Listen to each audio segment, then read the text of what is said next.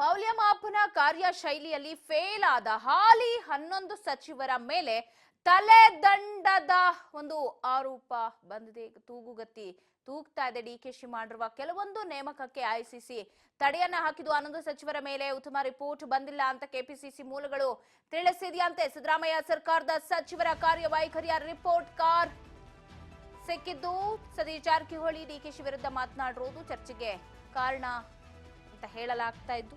11 ಹಾಲಿ ಸಚಿವರ ತಲೆದಂಡ ಕನ್ಫರ್ಮ್ ಅಂತ ಹೇಳಲಾಗ್ತಾ ಇದೆ. 11 ಸಚಿವರ ಮೇಲೆ ಉತ್ತಮ ರಿಪೋರ್ಟ್ ಬಂದಿಲ್ಲ ಅಂತ ಕೆಪಿಸಿಸಿ ಮೂಲಗಳು ತಿಳಿಸ್ತಾ ಇದೆ.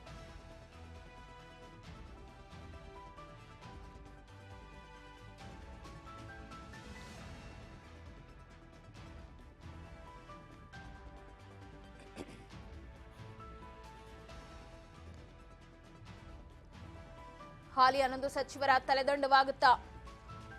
11 ಗಂಟೆಗೆ ಸಚಿವ ಸಂಪುಟ ಸಭೆ ಬೇರೆ ಇದೆ. ಇತ್ತ 11 ಸಚಿವರ ತಲೆದಂಡ ಆಗತ್ತೆ ಅಂತ. ಸೊ ಯಾರ್ಯಾರ ಮೇಲಿದೆ ತಲೆದಂಡದ ತೂಗುಗತ್ತಿ ಅಂದ್ರೆ ಮಧು ಬಂಗಾರಪ್ಪ ಸೊರಬದಿಂದ ಗೆದ್ದಿದ್ರು. ಅವರು ಶಿಕ್ಷಣ ಇಲಾಖೆ ಸಚಿವರಾಗಿ, ಪ್ರಾಥಮಿಕ ಪ್ರೌಢ ಶಿಕ್ಷಣ ಇಲಾಖೆ ಸಚಿವರಾಗಿದ್ದಾರೆ. ಸೊ ಇವರ ವಿಚಾರಕ್ಕೆ ಬರೋದಾದ್ರೆ, ಹಿಂದೆಯಿಂದಲೂ ಕೂಡ ಶಿಕ್ಷಣ ಕ್ಷೇತ್ರದಲ್ಲಿ ಏನೆಲ್ಲ ಆಗ್ತಾ ಇದೆ, ಟೀಚರ್ಸ್ಗಳ ನೇಮಕ ಆಗಿರಬಹುದು, ಬೇರೆ ಬೇರೆ ವಿಚಾರಗಳು ಕೂಡ ಸಾಕಷ್ಟು ಚರ್ಚೆಗೆ ಬಂದಿದ್ದು. ಯಾವ ಸುಧಾರಣೆನೂ ಕೂಡ ಇಲ್ಲ. ಉತ್ತರ ಕರ್ನಾಟಕ ಭಾಗದಲ್ಲಿ ಶಾಲೆಗಳಲ್ಲಿ ಶಿಕ್ಷಕರೇ ಇಲ್ಲ ಅನ್ನುವಂಥದ್ದು, ಜೊತೆಗೆ ಈ ಶಾಲಾ ಕಾಂಪೌಂಡ್ಗಳು ಕುಸಿತ ಅಂತ ಹೇಳೋದು, ಮಳೆ ಬಂದಂತ ಸಂದರ್ಭದಲ್ಲಿ ಸೋರಿಕೆ ಆಗೋದು, ಇದ್ಯಾವುದ್ರಲ್ಲೂ ಕೂಡ ಅಭಿವೃದ್ಧಿನೇ ಕಂಡಿಲ್ಲ ಅನ್ನೋದು ಒಂದಿದೆ. ಇನ್ನು KH ಮುನಿಯಪ್ಪ ಆಹಾರ ನಾಗರಿಕ ಪೂರೈಕೆ ಗ್ರಾಹಕರ ವ್ಯವಹಾರ ಇಲಾಖೆಯನ್ನ ವಹಿಸಿಕೊಂಡಿದ್ದಾರೆ. ಕೇಂದ್ರ ಮಂತ್ರಿಯಾಗಿದ್ರು. ಸದ್ಯ ಇಲ್ಲಿ ಗೆದ್ದು MLA ಕೂಡ ಆಗಿ ಸಚಿವ ಸ್ಥಾನವನ್ನ ಕೂಡ ಪಡೆದುಕೊಂಡ್ರು ದೇವನಹಳ್ಳಿಯಿಂದ ಪ್ರತಿನಿಧಿಸಿ. ಸೊ ಇವರ ಮೇಲೂ ಕೂಡ ಈಗ ತಲೆದಂಡದ ತೂಗುಗತ್ತಿ ಇದೆ. ಅವರ ಒಂದು ಇಲಾಖೆಯಲ್ಲೂ ಕೂಡ ಸಾಕಷ್ಟು ಗೋಲ್ಮಾಲ್ ನಡೆದಿದೆ ಅನ್ನೋದಾಗಿರ್ಬೋದು. ಸರಿಯಾಗಿ ಆ ಇಲಾಖೆಯನ್ನ ಪೂರೈಸ್ತಿಲ್ಲ, ವಿಫಲರಾಗಿದ್ದಾರೆ ಅನ್ನುವಂಥ ವಿಚಾರ. ಸೊ ಹಾಗೆ ಉನ್ನತ ಶಿಕ್ಷಣ ಇಲಾಖೆಯ ಸಚಿವರು MC ಸುಧಾಕರ್ ಅವರು ಚಿಂತಾಮಣಿ ಕ್ಷೇತ್ರದಿಂದ ಗೆಲುವನ್ನ ಸಾಧಿಸಿ ಸಚಿವ ಸ್ಥಾನವನ್ನ ಅಲಂಕಾರ ಮಾಡಿದ್ರು. ಸೊ ಅವರ ತಲೆದಂಡ ಫಿಕ್ಸ್ ಅಂತ ಹೇಳಲಾಗ್ತಾ ಇದೆ. ಉನ್ನತ ಶಿಕ್ಷಣ ಇಲಾಖೆಯಲ್ಲೂ ಕೆಲವೊಂದಿಷ್ಟು ಬದಲಾವಣೆಗಳು ಬೇಕು, ಆ ಬದಲಾವಣೆಗಳು ಆಗ್ತಿಲ್ಲ ಅನ್ನೋ ಕಾರಣಕ್ಕೆ ಇನ್ನು ಮಂಕಾಳು ವೈದ್ಯ ಭಟ್ಕಳ ಮೀನುಗಾರಿಕೆ ಬಂದರು ಒಳನಾಡು ಸಾರಿಗೆ ಇಲಾಖೆ ಇವರ ಒಂದು ಇಲಾಖೆ ಸಾಧಕ ಬಾಧಕಗಳನ್ನ ನೋಡಿದಾಗ್ಲೂ ಕೂಡ ಅಲ್ಲಿ ಇಂಪ್ರೂವ್ಮೆಂಟ್ಸ್ ಏನೂ ಆಗಿಲ್ಲ. ಅವರ ತಲೆದಂಡವನ್ನ ಕೂಡ ಮಾಡಬೇಕಾಗತ್ತೆ ಅನ್ನುವಂಥ ವಿಚಾರ ಇದೆ. ಅದೇ ರೀತಿ ರಹೀಂ ಖಾನ್ ಬೀದರ್ನವರು ಪೌರಾಡಳಿತ ಹಜ್ ಇಲಾಖೆಯನ್ನ ನಿರ್ಭಾಯಿಸ್ತಾ ಇದ್ದಾರೆ. ಸಚಿವರಾಗಿ ಖಾತೆ ಬೇಕು ಅಂತ ಪಡೆದುಕೊಂಡಿದ್ದಾರೆ. ಬಟ್ ಆ ಖಾತೆಯನ್ನ ತಗೊಂಡ್ರು ಎಲ್ಲ ನಿಭಾಯಿಸುವಲ್ಲಿ ಫೇಲ್ಯೂರ್ ಆಗಿದ್ದಾರೆ ರಹೀಂ ಖಾನ್ ಅವರು.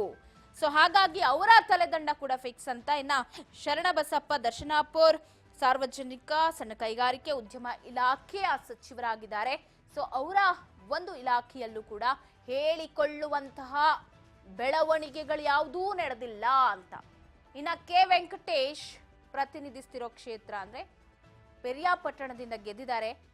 ಪಶುಸಂಗೋಪನೆ ರೇಷ್ಮೆ ಇಲಾಖೆ ನೋಡಿ, ಇವರ ಮೇಲೆ ನಿನ್ನೆ ಎಷ್ಟು ಧಿಕ್ಕಾರವನ್ನ ಕೂಗಿ ಹೋರಾಟವನ್ನ ಮಾಡ್ತಾ ಇದ್ರು. ಕೆ ವೆಂಕಟೇಶ್ ಅವ್ರನ್ನ ಸಚಿವ ಸ್ಥಾನದಿಂದ ತೆಗೆದುಹಾಕಿ ಪಶುಸಂಗೋಪನೆ ಅಂತ ಹೇಳೋಕೆ ಅವ್ರ ನಾಲಾಯಕ. ಯಾಕಂದ್ರೆ ಕೆಚ್ಚಲು ಕೊಯ್ದ ಪ್ರಕರಣ ಆಗಿರ್ಬೋದು, ಈ ರೀತಿ ನಾನಾ ವಿಚಾರಗಳಿಗೆ ಅವರ ತಲೆದಂಡ ಕೂಡ ಫಿಕ್ಸ್ ಅಂತ ಹೇಳಲಾಗ್ತಾ ಇದ್ರೆ. ಇನ್ನ ಸಣ್ಣ ನೀರಾವರಿ ವಿಜ್ಞಾನ ತಂತ್ರಜ್ಞಾನ ಇಲಾಖೆಯ ಸಚಿವರು NS ಬೋಸರಾಜು ಇವರ ಕಾರ್ಯವೈಖರಿ ಕೂಡ ಅಷ್ಟಾಗಿ ಏನು ಇಂಪ್ರೆಸ್ ಆಗೋ ತರ ಏನು ಇಲ್ಲ. ಇವರ ಒಂದು ಬದಲಾವಣೆ ಕೂಡ ಆಗಬೇಕಾಗತ್ತೆ ಅಂತ ಆ ರಿಪೋರ್ಟ್ ಕಾರ್ಡ್ ಅಲ್ಲಿ ಇದೆ ಅಂತೆ. ಸೊ ಅದೇ ರೀತಿ ಮುಂದುವರೆದು ಶಿವಾನಂದ ಪಾಟೀಲ್ ಅವರ ಬಗ್ಗೆ ಹೇಳೋದಾದ್ರೆ, ಬಸವನ ಬಾಗೇವಾಡಿಯಿಂದ ಗೆದ್ದವರು. ಹಿಂದೆ ಪುತ್ರಿಯನ್ನು ಕೂಡ ಸಂಯುಕ್ತ ಪಾಟೀಲ್ ಅವ್ರನ್ನು ಕೂಡ ಕಣಕ್ಕಿಳಿಸಿ ಗೆಲ್ಲಿಸಬೇಕು ಅಂದ್ರೆ ಬಟ್ ಅದಾಗ್ಲಿಲ್ಲ. ಜವಳಿ ಕಬ್ಬು ಸಕ್ಕರೆ ಕೃಷಿ ಮಾರುಕಟ್ಟೆ ಇಲಾಖೆಯನ್ನ ತೆಗೆದುಕೊಂಡು ಆ ಸಚಿವರಾಗಿದ್ದು, ಆ ಇಲಾಖೆಗಳಲ್ಲಿ ಏನೋ ನ್ಯಾಯ ಒದಗಿಸಿಕೊಡುವಲ್ಲಿ ಅಥವಾ ಆ ಒಂದು ಇಲಾಖೆಯನ್ನು ಸರಿದೂಗಿಸ್ಕೊಂಡು ಹೋಗುವಲ್ಲಿ ಫೇಲ್ಯೂರ್ ಆಗಿದ್ದಾರೆ ಅಂತ. RB ತಿಮ್ಮಾಪುರ್ ಅಬಕಾರಿ ಇಲಾಖೆ. ಸೊ ಅಬಕಾರಿ ಇಲಾಖೆಯಲ್ಲಿ ಒಂದು ಸಾರಿಗೆ ಪ್ಲಸ್ ಅಬಕಾರಿ ರಾಜ್ಯಕ್ಕೆ ಅತಿ ಹೆಚ್ಚಾಗಿ ಆದಾಯ ತಂದುಕೊಡುವಂತಹ ಇಲಾಖೆ ಅಂತ ಹೇಳ್ಬೋದು. ಅದರಲ್ಲೂ ಎಲ್ಲೋ ಸಾಧಕ ಬಾಧಕಗಳನ್ನ ನೋಡಿ ಇವ್ರನ್ನೂ ಕೂಡ ರೀಪ್ಲೇಸ್ ಮಾಡಬೇಕು ಅನ್ನುವಂತಹ ಚಿಂತನೆಯನ್ನ ಮಾಡ್ತಾ ಇದ್ದಾರಂತೆ. ಅದೇ ರೀತಿ ಡಿ ಸುಧಾಕರ್, ಯೋಜನೆ ಅಂಕಿಅಂಶ ಇಲಾಖೆಯ ಸಚಿವರು ಡಿ ಸುಧಾಕರ್ ಅವರನ್ನು ಕೂಡ ಬದಲಾವಣೆ ಮಾಡಬೇಕು ಅನ್ನುವಂಥ ಒಂದು ರಿಪೋರ್ಟ್ ಕಾರ್ಡ್ ಏನು ನಿನ್ನೆ ದೆಹಲಿಯಲ್ಲಿ ಸಿಎಂ ಡಿಸಿಎಂ ಎಲ್ಲ ಹೋಗಿದ್ರು. ಎಐಸಿಸಿ ಕಚೇರಿ ಉದ್ಘಾಟನೆ ಏನಿತ್ತು, ಕಚೇರಿ ಉದ್ಘಾಟನೆ ಆದ ನಂತರ ಇಬ್ರು ಕೂಡ ಸಮಯಾವಕಾಶವನ್ನ ಕೇಳಿದ್ರು. ಅಧಿಕಾರ ಹಂಚಿಕೆ, ಸಚಿವ ಸಂಪುಟ ಪುನರಚನೆ ವಿಚಾರ ಆಗಿರ್ಬೋದು, ಕೆಲವೊಂದಿಷ್ಟು ಜನರನ್ನ ಕೈ ಬಿಡಬೇಕಾಗತ್ತೆ ಅನ್ನುವಂತಹ ಕಾರಣಕ್ಕೆ ಯಾರೆಲ್ಲ ಸಚಿವರನ್ನ ಕೈ ಬಿಡಬೇಕು, ಏನು ಎತ್ತ ಅನ್ನೋ ವಿಚಾರವನ್ನ ಹೈಕಮಾಂಡ್ ಮುಂದೆ ಪ್ರಸ್ತಾಪ ಕೂಡ ಮಾಡಿರ್ತಾರೆ. ಸೊ ಆಗ ಈ 11 ಜನ ಸಚಿವರೇನಿದ್ದಾರೆ, ಮಧು ಬಂಗಾರಪ್ಪ, KH ಮುನಿಯಪ್ಪ ಆಗಿರ್ಬೋದು, doctor MC Sudhakar, Rahim Khan, Sharanabasappa Darshanapur, K Venkatesh, ಹಾಗೆ ಬೋಸರಾಜ್, ಶಿವಾನಂದ ಪಾಟೀಲ್, RB ತಿಮ್ಮಾಪುರ್, ಡಿ ಸುಧಾಕರ್ ಅವರು, ಇಷ್ಟೋ ಜನರು ಅಂದ್ರೆ ಈ 11 ಜನರ ಕಾರ್ಯವೈಖರಿ ಎಲ್ಲೋ ಮೈನಸ್ ಆಗ್ತಾನೆ ಬಂದಿದೆ. ಹೇಳಿಕೊಳ್ಳುವಂತಹ ಅಭಿವೃದ್ಧಿಗಳು ಏನು ಆಗ್ಲಿಲ್ಲ ಅವರ ಇಲಾಖೆಯಲ್ಲಿ ಅನ್ನುವಂತಹ ಕಾರಣಕ್ಕೆ ಒಂದು ಶಾರ್ಟ್ ಲಿಸ್ಟ್ ಅನ್ನ ಮಾಡಿದ್ದಾರೆ. ಇದರಲ್ಲಿ ಹಿರಿಯರು ಕಿರಿಯರನ್ನ ಸೇರಿಸ್ಕೊಂಡೇ ಪುನರಚನೆಯನ್ನ ಮಾಡ್ತಾರಂತ. ಈಗ ಹೊಸಬ್ರು ನಮ್ಗೆ ಅವಕಾಶ ಸಿಗ್ಲಿಲ್ಲ ಅಂತ ಹೇಳಿ ಬೇಸರ ಹಾಕಿದವ್ರು ಕೂಡ ಇದ್ದಾರೆ. ನಮಗೊಂದು ಚಾನ್ಸ್ ಕೊಟ್ರೆ ನಾವು ಕೂಡ ಏನಾದ್ರೂ ಅಭಿವೃದ್ಧಿ ಕೆಲಸಗಳನ್ನ ಮಾಡಬಹುದು, ನಾವು ಕ್ಷೇತ್ರಗಳಲ್ಲಿ ಏನು ಮಾತನಾಡುವಂತ ಜನರು ಬಾಯಿಗೆ ಸಿಗದೆ ಇರೋ ತರ ಆಗಬಾರ್ದು ಅನ್ನುವಂಥ ಕಾರಣಕ್ಕೆ. ಸೊ ಹಾಗಾಗಿ ಎಲ್ಲ ಸಾಧಕ ಬಾಧಕಗಳನ್ನ ನೋಡಿ ಏನು ಈ 11 ಜನರ ರೀಪ್ಲೇಸ್ ಆಗುತ್ತಾ ಅಥವಾ ಇದ್ರಲ್ಲೂ ಕೆಲವೊಂದಿಷ್ಟು ಜನರನ್ನ ಮಾತ್ರ ತೆಗೆದುಕೊಳ್ತಾರ, ಈ ರೀತಿ ಸಾಕಷ್ಟು ಊಹಾಪೋಹಗಳಿದೆ. ಇನ್ನು KPCC ಮೂಲಗಳು ಕೂಡ ಈ 11 ಸಚಿವರ ಒಂದು ರಿಪೋರ್ಟ್ ಕಾರ್ಡ್ ಅನ್ನ ತೆಗೆದುಕೊಂಡು ಹೋಗಿದ್ದಾರೆ ಅಂತ. ಸೊ ನೋಡೋಣ ಏನೆಲ್ಲ ಆಗಬಹುದು. ಸಿಎಂ ಸಿದ್ದರಾಮಯ್ಯನವರ ಬಣಕ್ಕೆ ಏನಾದ್ರೂ ಕತ್ತರಿ ಬೀಳತ್ತಾ, ಏನು ಎತ್ತ ಅನ್ನುವಂಥ ಕಾರಣಕ್ಕೆ ಈ ಬಗ್ಗೆ ಮತ್ತಷ್ಟು ಅಪ್ಡೇಟ್ಸ್ ಅನ್ನ ಕೊಡ್ತಾ ಹೋಗ್ತಾರೆ ಪ್ರತಿನಿಧಿ ಬಸವರಾಜ್ ಹೂಗಾರ್ ನ್ಯೂಸ್ ಡೆಸ್ಕ್ ಇಂದ ಲೈವ್ ನಲ್ಲಿ ಜಾಯ್ನ್ ಆಗ್ತಾ ಇದ್ದಾರೆ. ಬಸವರಾಜ್, ಎಲ್ಲೋ ರಾಜ್ಯದಲ್ಲಿ ಸಚಿವ ಸ್ಥಾನಗಳನ್ನ ಪಡೆದುಕೊಂಡಂತಹ ಸಚಿವರು ತಮ್ಮ ಕಾರ್ಯ ಶೈಲಿಯಲ್ಲಿ ಉನ್ನತ ಮಟ್ಟದಲ್ಲಿ ಹೋಗ್ತಾರೆ ಅಂತ ಅಂದ್ಕೊಂಡ್ರೆ ಫೈಲೂರ್ ಒಂದು ಇಲಾಖೆಯಲ್ಲೂ ಕೂಡ ಹೇಳ್ಕೊಳ್ಳುವಂತಹ ಸಾಧನೆಗಳು ಏನು ಆಗ್ತಾ ಇಲ್ಲ ಅಂತ ಅದು ಜನರಿಗೂ ಗೊತ್ತಾಗಿತ್ತು. ಆದ್ರೆ ಸರ್ಕಾರಕ್ಕೆ ತುಂಬಾ ಲೇಟ್ ಆಗಿ ಗೊತ್ತಾಯ್ತು ಅಂತಾನೆ ಅನ್ಬಹುದು. ಈಗ ಎಲ್ಲೋ ಶಾರ್ಟ್ ಲಿಸ್ಟ್ ಅನ್ನ ಮಾಡಿ ಅವರ ಮೇಲೆ ಒಂದು ತೂಗುಗತ್ತಿ ಕೂಡ ಇದೆ. ಯಾವಾಗ ಬೇಕಾದ್ರೂ ತೂಗುಗತ್ತಿ ಬಿದ್ದು ಅವರ ಸಚಿವ ಸ್ಥಾನವೂ ಕೂಡ ಕಳ್ಕೊಳ್ಳೋ ಸಾಧ್ಯತೆಗಳು ಇದೆ ಅಂತ. ಏನ್ ಆಗ್ತಾ ಇದೆ, ನಿನ್ನೆ ನಡೆದಂತಹ ಮೀಟಿಂಗ್ ಅಲ್ಲಿ ಏನೆಲ್ಲ ಆಗಿರಬಹುದು ಅಂತ? ಪವಿತ್ರ, ಈಗಾಗಲೇ ಕಾಂಗ್ರೆಸ್ ಸರ್ಕಾರದಲ್ಲಿ ಸಚಿವ ಸಂಪುಟ ಪುನಾರಚನೆ ಆಗಬೇಕು ಅನ್ನುವಂಥ ಬಹುದೊಡ್ಡ ಕೂಗು ಕೂಡ ಎದ್ದಿರ್ತಕ್ಕಂಥದ್ದು. ಈ ಬಗ್ಗೆ ಹೈಕಮಾಂಡ್ ನಾಯಕರನ್ನು ಕೂಡ ಹಲವಾರು ಹಿರಿಯ ಶಾಸಕರು ಭೇಟಿಯಾಗಿ ಸಂಪುಟ ಪುನಾರಚನೆ ಆಗಬೇಕು, ನಮಗೂ ಕೂಡ ಅವಕಾಶ ಕೊಡಬೇಕು ಅನ್ನುವಂಥ ನಿಟ್ಟಿನಲ್ಲಿ ಸಾಕಷ್ಟು ಪೈಪೋಟಿಯನ್ನು ಕೂಡ ನಡೆಸಿರ್ತಕ್ಕಂಥದ್ದು. ಅದಕ್ಕೆ ಕೆಲವೊಂದಿಷ್ಟು ಚುನಾವಣೆಗಳಿದ್ವು. ಆ ಚುನಾವಣೆ ಇರುವಂಥ ಕಾರಣದ ಹಿನ್ನೆಲೆಯಲ್ಲಿ ಹೈಕಮಾಂಡ್ ನಾಯಕರು ಕೂಡ ಸಚಿವ ಸಂಪುಟ ಪುನಾರಚನೆ ಅಂತಕ್ಕಂಥ ವಿಚಾರವನ್ನ ಮುಂದಕ್ಕೆ ಹಾಕ್ತಾನೆ ಬರ್ತಾ ಇದ್ರು. ಆದ್ರೆ ಇದೀಗ ಲೋಕಸಭಾ ಚುನಾವಣೆ ಆಗಿರ್ಬೋದು, ಉಪಚುನಾವಣೆ ಆಗಿರ್ಬೋದು, ಎಲ್ಲವೂ ಕೂಡ ಮುಗಿದಿರ್ತಕ್ಕಂಥದ್ದು. ಹಾಗಾಗಿ ಸಂಕ್ರಾಂತಿ ಹಬ್ಬ ಕೂಡ ಆಗಿರ್ತಕ್ಕಂಥದ್ದು. ಇನ್ನಾದ್ರೂ ಒಂದು ಸಚಿವ ಸಂಪುಟ ಪುನಾರಚನೆ ಆಗ್ಬೇಕು ಅನ್ನುವಂತಹ ಒತ್ತಾಯ ಇದೆ. ಅದಕ್ಕೆ ಹೈಕಮಾಂಡ್ ನಾಯಕರು ಕೂಡ ಒಲವನ್ನ ತೋರದಂತೆ ಕಾಣ್ತಾ ಇದೆ. ಯಾಕಂತಂದ್ರೆ ಮೊನ್ನೆ ನಡೆದಿರ್ತಕ್ಕಂಥ ಕಾಂಗ್ರೆಸ್ ಪಕ್ಷದ ಒಂದು ಸಭೆ ಏನಾಯ್ತು, ಆ ಸಭೆಯಲ್ಲಿ ಪ್ರಮುಖವಾಗಿ ಈ ಬಗ್ಗೆ ಸುಳಿವನ್ನು ಕೂಡ ರಾಜ್ಯ ಕಾಂಗ್ರೆಸ್ ಉಸ್ತುವಾರಿಯಾಗಿರ್ತಕ್ಕಂಥ ಸುರ್ಜೇವಾಲಾ ಅವರು ಕೂಡ ಕೊಟ್ಟಿರ್ತಕ್ಕಂಥದ್ದು. ಅದರಲ್ಲಿ ಆ ಒಂದು ಸಂದರ್ಭ CM Siddaramaiah, DCM DK Shivakumar ಅವರು ಸಚಿವರ ಕಾರ್ಯವೈಖರಿ ಪಟ್ಟಿಯ ಒಂದು ರಿಪೋರ್ಟ್ ಕಾರ್ಡ್ ಅನ್ನು ಕೂಡ ಈಗಾಗಲೇ ಹೈಕಮಾಂಡ್ ನಾಯಕರಿಗೆ ತಲುಪಿಸಿರ್ತಕ್ಕಂಥದ್ದು. ಆ ಒಂದು ತಲುಪಿಸಿರ್ತಕ್ಕಂಥ ರಿಪೋರ್ಟ್ ಕಾರ್ಡ್ ಏನಿದೆ ಅದನ್ನ ಹೈಕಮಾಂಡ್ ನಾಯಕರು ಚರ್ಚೆ ನಡೆಸಿ ಯಾರನ್ನ ಸಂಪುಟದಿಂದ ಕೈ ಬಿಡಬೇಕು ಅನ್ನುವಂತ ನಿರ್ಧಾರವನ್ನ ಕೈಗೊಳ್ಳುವಂತ ಎಲ್ಲಾ ಸಾಧ್ಯತೆ ಇರುವಂತದ್ದು. ಪವಿತ್ರ, ಈಗಾಗಲೇ ಕೆಲವೊಂದಿಷ್ಟು ಸಚಿವರ ಪಟ್ಟಿಯನ್ನ ಈಗಾಗಲೇ ಒಂದು ಅವರ ಕಾರ್ಯವೈಖರಿ ಸಂಬಂಧಪಟ್ಟಂತ ವಿಚಾರಗಳನ್ನ ಅದರಲ್ಲಿ ಉಲ್ಲೇಖಿಸಿ ಅವರನ್ನ ಸಂಪುಟದಿಂದ ಕೈ ಬಿಡಬೇಕೋ ಬೇಡವೋ ಅನ್ನುವಂಥದ್ದು ಹೈಕಮಾಂಡ್ ನಾಯಕರ ನಿರ್ಧಾರಕ್ಕೆ ರಾಜ್ಯ ಕಾಂಗ್ರೆಸ್ ಪಕ್ಷದ ನಾಯಕರಾಗಿರ್ತಕ್ಕಂಥ CM Siddaramaiah, DCM DK Shivakumar ಕೂಡ ಕೊಟ್ಟಿರ್ತಕ್ಕಂಥದ್ದು. ಹಾಗಾಗಿ ಈಗ ಪ್ರಮುಖವಾಗಿ ರಾಜ್ ನ್ಯೂಸ್ಗೆ ಸಿಕ್ಕಿರ್ತಕ್ಕಂಥ ಮಾಹಿತಿಯ ಪ್ರಕಾರ 11 ಸಚಿವರ ಪಟ್ಟಿಯನ್ನ ಸಿದ್ಧಪಡಿಸಿಕೊಂಡಿದ್ದಾರೆ ಅನ್ನುವಂಥದ್ದು ಕೂಡ ತಿಳಿದು ಬರ್ತಾ ಇದೆ. ಆ 11 ಸಚಿವರ ಕಾರ್ಯವೈಖರಿ ಏನು, ಅವರು ಅವರ ಇಲಾಖೆಯಲ್ಲಿ ಯಾವ ರೀತಿಯ ಪ್ರಗತಿಯನ್ನ ಕಾಣಿಸಿದ್ದಾರೆ, ಮತ್ತೆ ಶಾಸಕರ ಜೊತೆ ಯಾವ ರೀತಿಯಾಗಿ ನಡೆದುಕೊಂಡಿದ್ದಾರೆ, ಮತ್ತೆ ಪಕ್ಷ ಸಂಘಟನೆಗೆ ಯಾವ ರೀತಿಯಾಗಿ ಒತ್ತನ್ನು ಕೊಟ್ಟಿದ್ದಾರೆ, ಇವೆಲ್ಲವನ್ನು ಕೂಡ ರಿಪೋರ್ಟ್ ಕಾರ್ಡ್ ಅನ್ನ ಅದರಲ್ಲಿ ಉಲ್ಲೇಖ ಮಾಡಿರ್ತಕ್ಕಂಥದ್ದು. ಆ ಉಲ್ಲೇಖದಂತೆ 11 ಸಚಿವರು ಯಾರು ಅಂತ ನಾವು ನೋಡೋದಾದ್ರೆ, ಒಂದ್ ಕಡೆ ಸಚಿವ KH ಮುನಿಯಪ್ಪ ಆಗಿರ್ಬೋದು, ಮಂಕಾಳ್ ವೈದ್ಯ ಆಗಿರ್ಬೋದು, K ವೆಂಕಟೇಶ್ ಆಗಿರ್ಬೋದು, ರಹೀಂ ಖಾನ್ ಆಗಿರ್ಬೋದು, ಮತ್ತೆ ಒಂದ್ ಕಡೆ ಈಗಾಗಲೇ ಶಿವಾನಂದ್ ಪಾಟೀಲ್ ಸೇರಿದಂತೆ 11 ಜನರ ಸಚಿವರ ಪಟ್ಟಿ ಕೂಡ ಸಿದ್ಧಪಡಿಸಿರ್ತಕ್ಕಂಥದ್ದು. ಮಧು ಬಂಗಾರಪ್ಪ ಆಗಿರ್ಬೋದು, ಹೀಗೆ 11 ಸಚಿವರ ಒಂದು ಪಟ್ಟಿಯನ್ನು ಕೂಡ ಸಿದ್ಧಪಡಿಸಿಕೊಂಡು ಅವರ ಏನೇನು ಇಲಾಖೆಗಳು ತೆಗೆದುಕೊಂಡಿರ್ತಕ್ಕಂಥ ಕ್ರಮಗಳು, ಒಂದಿಷ್ಟು ವಿವಾದಾತ್ಮಕ ನಡೆಗಳು, ಮತ್ತೆ ಶಾಸಕರು ಕೂಡ ಹಲವಾರು ಬಾರಿ ಸ್ವತಃ CM ಸಿದ್ದರಾಮಯ್ಯನವರ ಮುಂದೆ ಬಂದು ನಮಗೆ ಸರಿಯಾಗಿ ಸ್ಪಂದನೆ ಕೊಡ್ತಾ ಇಲ್ಲ ಅನ್ನುವಂಥದ್ದು ಆಯಾ ಜಿಲ್ಲಾ ಶಾಸಕರು ಬಂದು ಮನವಿಯನ್ನು ಕೂಡ ಕೊಟ್ಟಿರ್ತಕ್ಕಂಥದ್ದನ್ನು ಕೂಡ ಅದರಲ್ಲಿ ಉಲ್ಲೇಖ ಮಾಡಿರ್ತಕ್ಕಂಥದ್ದು.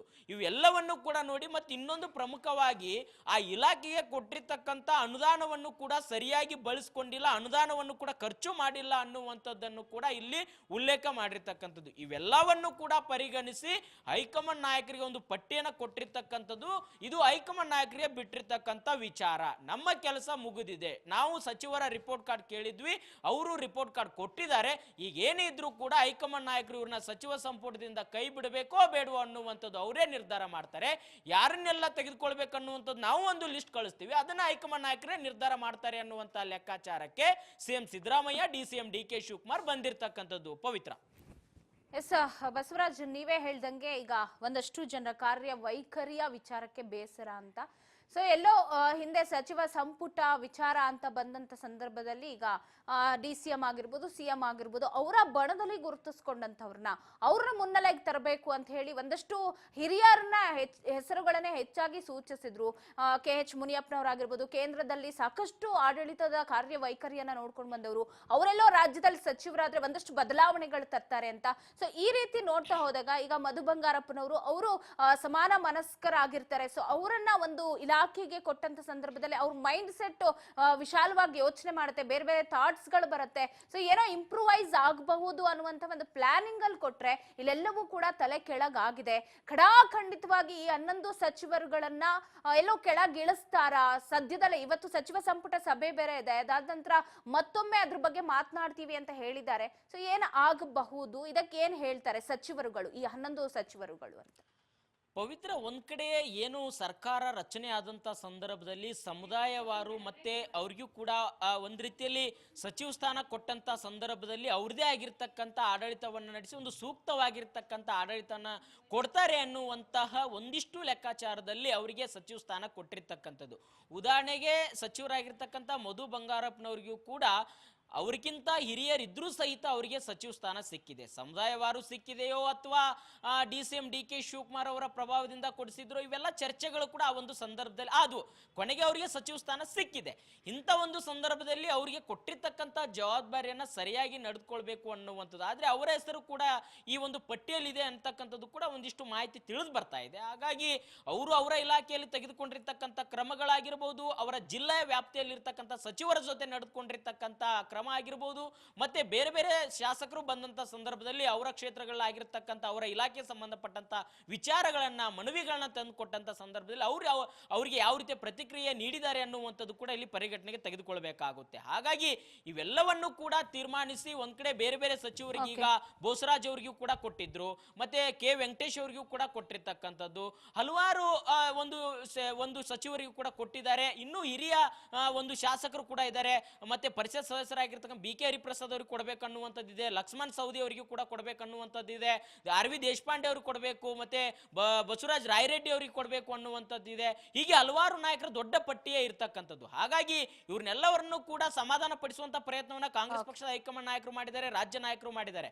ಆದ್ರೆ ಇದೀಗ ಕೊನೆಯ ಹಂತದಲ್ಲಿ ಒಂದು ಕಾರ್ಯವೈಖರಿ ಪಟ್ಟಿಯನ್ನು ತೆಗೆದುಕೊಂಡಂತ ಸಂದರ್ಭದಲ್ಲಿ ಇಲ್ಲಿ ಒಂದಿಷ್ಟು ವ್ಯತ್ಯಾಸಗಳು ಕಂಡು ಬಂದಂತ ರೀತಿಯಲ್ಲಿ ನೋಡಿದ್ರೆ ಇವರನ್ನ ಬದಲಾವಣೆ ಮಾಡಬೇಕು. ಮತ್ತು ಈಗ ಮುಂಬರ್ತಕ್ಕಂಥ ಚುನಾವಣೆಗಳಿಗೂ ಕೂಡ ಕಾರ್ಯಕರ್ತರಲ್ಲೂ ಕೂಡ ಅಸಮಾಧಾನ ಆಗಬಾರ್ದು, ರಾಜ್ಯದ ಜನತೆಯೂ ಕೂಡ ಸರ್ಕಾರದ ಮೇಲೆ ಕೆಟ್ಟ ಅಭಿಪ್ರಾಯ ಬರಬಾರದು ಅನ್ನುವಂತ ನಿಟ್ಟಿನಲ್ಲಿ ಈಗ ಒಂದು ಸಚಿವ ಸಂಪುಟ ಪುನಾರಚನೆಯ ಒಂದು ಲೆಕ್ಕಾಚಾರಕ್ಕೆ ಮುಂದಾಗಿರ್ತಕ್ಕಂಥದ್ದು. ಪವಿತ್ರ. Thank you Basavaraj Hoogar.